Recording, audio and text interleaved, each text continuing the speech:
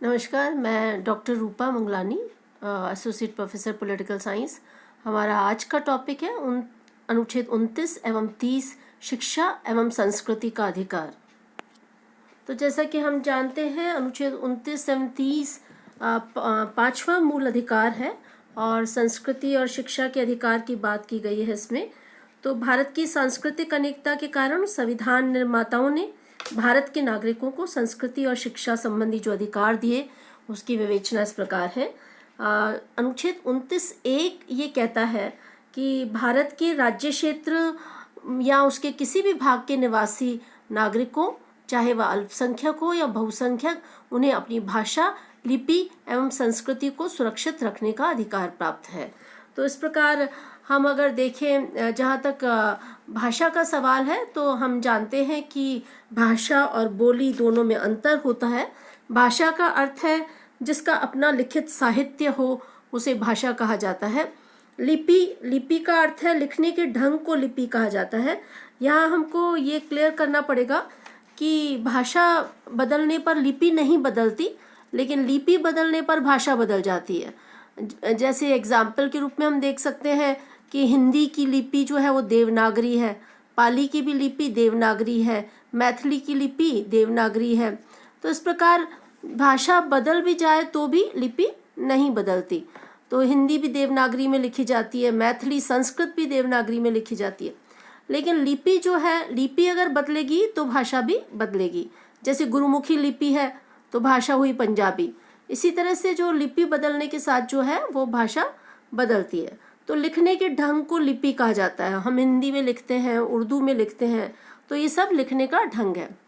जहाँ तक संस्कृति का सवाल है, तो हम सभी जानते हैं कि जीवन, रहन सहन, जीवन शैली को हम संस्कृति कहते हैं। तो हमें यहाँ समझना होगा कि सभ्यता और संस्कृति में अंतर होता है। सभ्यता मूर्त होती है और संस्कृति अमूर्त होती है। सभ्यता का अंत होता है, लेकिन संस्कृति का अंत नहीं होता। सभ्यता भौतिक होती है और संस्कृति अभौतिक होती है। जिसे हम ज्ञानेंद्रियों से जान सकते हैं वो सभ्यता है, और जिसे ज्ञानेंद्रियों से नहीं जान सके, अनुभव कर सके, वह संस्कृति है। और हम सभी जानते हैं कि संस्कृति परिवर्तनशील होती है।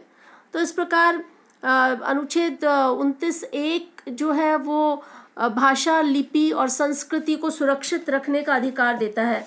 तो सुरक्षित कौन करेगा? नागरिक करेगा। तो इसका मतलब यह है कि अनुच्छेद 29 की यह मान्यता है कि भारत के हर नागरिक को अपनी विशेष भाषा, लिपि और संस्कृति को बनाए रखने का अधिकार है। हमें यह ध्यान रखना होगा कि ये अधिकार केवल नागरिकों को प्राप्त है, तो इसलिए ये अधिकार बहुत अहम है। जहाँ तक अनुच्छेद 29 के खंड 2 का सवाल है, खंड 2 ये कहता है कि राज्य द्वारा पोषित अथवा राज्य निधि से सहायता पाने वाले किसी भी शिक्षण संस्थान में प्रवेश से किसी भी नागरिक को केवल धर्म, मूलवंश, जाति, भाषा अथवा इनमें से किसी एक के आधार पर वंचित नहीं किया जा सकता। तो इस प्रकार अनुच्छेद 29 का खंड 2 जो है वो इन आधारों पर किसी भी व्यक्ति को वंचित नहीं रखने की बात कहता है। यहाँ हमें एक बात समझनी होगी अनुच्छेद 30 को समझने से पहले, कि अनुच्छेद 29(2) एवं अनुच्छेद 15(1) में अंतर है। जैसा कि हम अनुच्छेद 15(1) पढ़ चुके हैं, तो हम आगे देखेंगे कि 29(2) और 15(1) में क्या अंतर है, और उससे पहले हम जानेंगे अनुच्छेद 30 को। तो अनुच्छेद 30 जो है वो ये कहता है कि शिक्षा संस्थाओं की स्थापना और प्रशासन का अधिकार है। अनुच्छेद 30(1) के अनुसार धर्म या भाषा पर आधारित सभी अल्पसंख्यक वर्गों को अपनी रुचि की शिक्षा की संस्थाओं की स्थापना और उनके प्रशासन का अधिकार है। तो इस प्रकार जो है अनुच्छेद 30(1) में ये बात कही गई है। जहाँ तक अनुच्छेद 30(2) का सवाल है, तो 30(2) ये कहता है कि शिक्षा संस्थाओं की सहायता देने में राज्य किसी भी विद्यालय के विरुद्ध इस आधार पर विभेद नहीं करेगा कि वह धर्म या भाषा पर आधारित किसी अल्पसंख्यक वर्ग के अल्पसंख्यक वर्ग से संबंधित है। तो अल्पसंख्यक शिक्षा संस्थानों पर भी उच्चतम न्यायालय का निर्णय आया है, वो हम जानेंगे। तो इस प्रकार 30(1) और 30(2) की बात यहाँ पूरी होती है। उच्चतम न्यायालय का जो निर्णय आया है उसका नाम है TMS फाउंडेशन बनाम स्टेट ऑफ कर्नाटका। इस मामले में उच्चतम न्यायालय ने अनुच्छेद 30 के विविध पक्षों को स्पष्ट किया है। न्यायालय ने यह स्पष्ट किया है कि अल्पसंख्यक कौन है।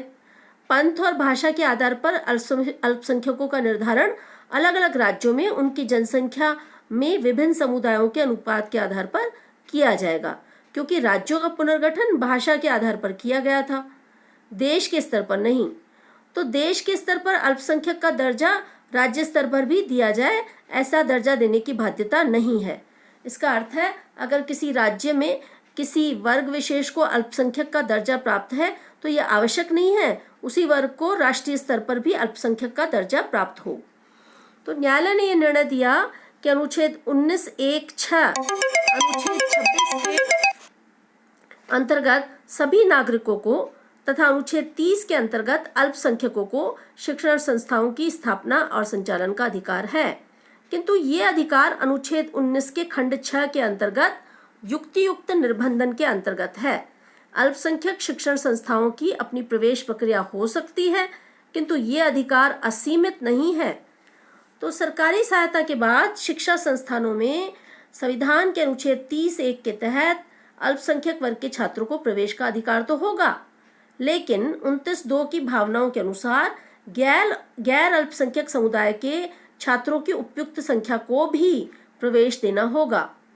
इस तरह से उच्चतम न्यायालय के अनुसार अनुच्छेद 30 के तहत अल्पसंख्यकों को शिक्षण संस्थाओं के प्रबंधन का अधिकार है, किंतु ये अधिकार असीमित नहीं है, उस पर भी राज्य राष्ट्रीय हित में प्रतिबंध लगा सकते हैं। तो इस प्रकार अनुच्छेद 29 एवं 30 असीमित अधिकार नहीं है, उन पर युक्तियुक्त निर्बंधन या सीमाएं लगाई जा सकती है। तो इस प्रकार ये कहा गया है कि अनुच्छेद 29 एवं 30 अत्यधिक महत्वपूर्ण है संस्कृति और शिक्षा संबंधी अधिकार की दृष्टि से। लेकिन हमें ये भी समझना होगा, जो महत्वपूर्ण बिंदु है इस अनुच्छेद के बारे में, वो ये कि अनुच्छेद 29(2) और अनुच्छेद 15(1) जो हम पहले पढ़ चुके हैं, उन दोनों में अंतर है। हमने अनुच्छेद 15 समानता का अधिकार पढ़ा था और अनुच्छेद 15(1) में लिखा था कि राज्य किसी भी सार्वजनिक स्थानों पर धर्म, मूलवंश, जाति, लिंग या जन्म स्थान, इन 5 आधारों के आधार पर विभेद करने का प्रतिषेध करता है। लेकिन अनुच्छेद 29(2) एवं 15(1) में अंतर है। 15(1) जो है वो केवल राज्य के विरुद्ध संरक्षण, सामान्य रूप से विभेद के विरुद्ध संरक्षण तथा सभी नागरिकों, अल्पसंख्यक और बहुसंख्यक पर लागू है, जबकि अनुच्छेद 29(2) राज्य तथा अन्य संस्थाओं के विरुद्ध भी संरक्षण का एक विशेष प्रकार का संरक्षण है। जैसे शिक्षा संस्थाओं के प्रवेश के मामले में नागरिकों के राज्य पोषित या राज्य निधि से सहायता प्राप्त शैक्षणिक संस्थाओं में, मैं फिर से बताना चाहती हूँ, 2 प्रकार की शिक्षण संस्थाएं राज्य पोषित या राज्य निधि से सहायता प्राप्त शिक्षण संस्थाओं में प्रवेश पाने के विशेष अधिकार से संबंधित है। अनुच्छेद 29(2) अनुच्छेद 15(1) जो है वो लिंग और जन्म स्थान के आधार पर भी विभेद का निषेध करता है, लेकिन अनुच्छेद 29(2) में इनमें से किसी आधार का उल्लेख नहीं है, अर्थात लिंग और जन्म स्थान के आधार पर विभेद का उल्लेख नहीं है अनुच्छेद 29(2) में। तो इस प्रकार हम देखते हैं कि अनुच्छेद 29(2) एवं 15(1) में अंतर है। इसी प्रकार अनुच्छेद 29(1) एवं 30(1) में भी अंतर है। अनुच्छेद 29 जो कि अल्पसंख्यक वर्गों के हितों के संरक्षण से संबंधित है, द्वारा प्रदत्त अधिकार केवल नागरिकों को ही प्राप्त है, जबकि अनुच्छेद 30 जो कि शिक्षा संस्थाओं की स्थापना और प्रशासन का अधिकार देता है, वह नागरिकों तथा गैर नागरिकों दोनों को ही प्राप्त है, अर्थात व्यक्तियों को प्राप्त है।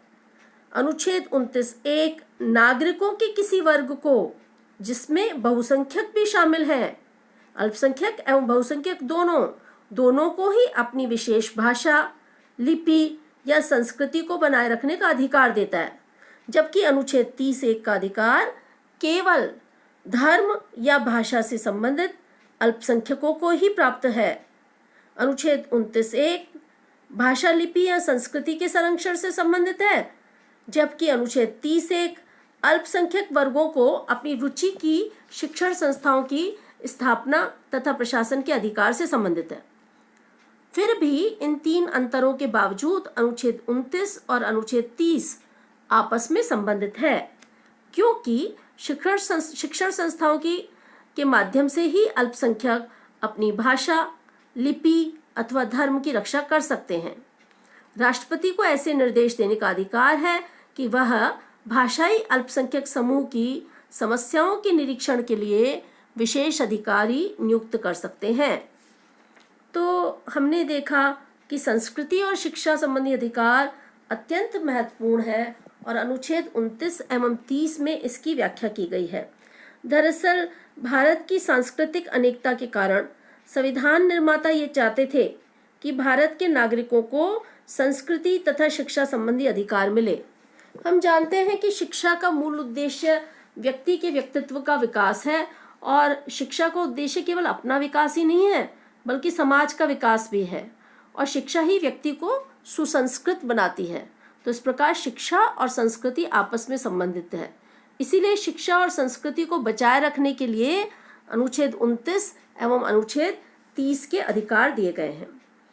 तो इस प्रकार अनुच्छेद 30 जहां अल्पसंख्यक वर्गों के हितों का संरक्षण की बात करता है, जिसके दो खंड हैं, अनुच्छेद 29(1) एवं अनुच्छेद 29(2), वहीं शिक्षा संस्थाओं की स्थापना और प्रशासन के अधिकार से संबंधित अनुच्छेद 30 है, जिसके दो खंड हैं, अनुच्छेद 30(1) एवं अनुच्छेद 30(2). अनुच्छेद 30(1) धर्म या भाषा पर आधारित सभी अल्पसंख्यक वर्गों को अपनी रुचि की शिक्षा संस्थाओं की स्थापना और प्रशासन, अर्थात न केवल शिक्षा संस्थाओं की स्थापना हो पाए बल्कि उसका प्रशासन भी हो पाए, ये अधिकार देता है।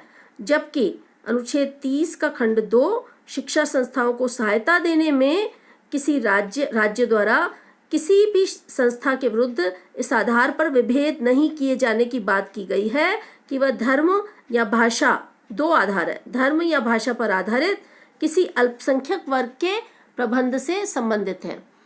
तो हमने देखा कि दोनों ही महत्वपूर्ण अनुच्छेद हैं।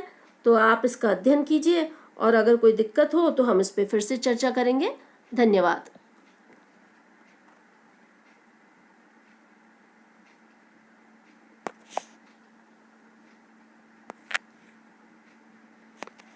Pause.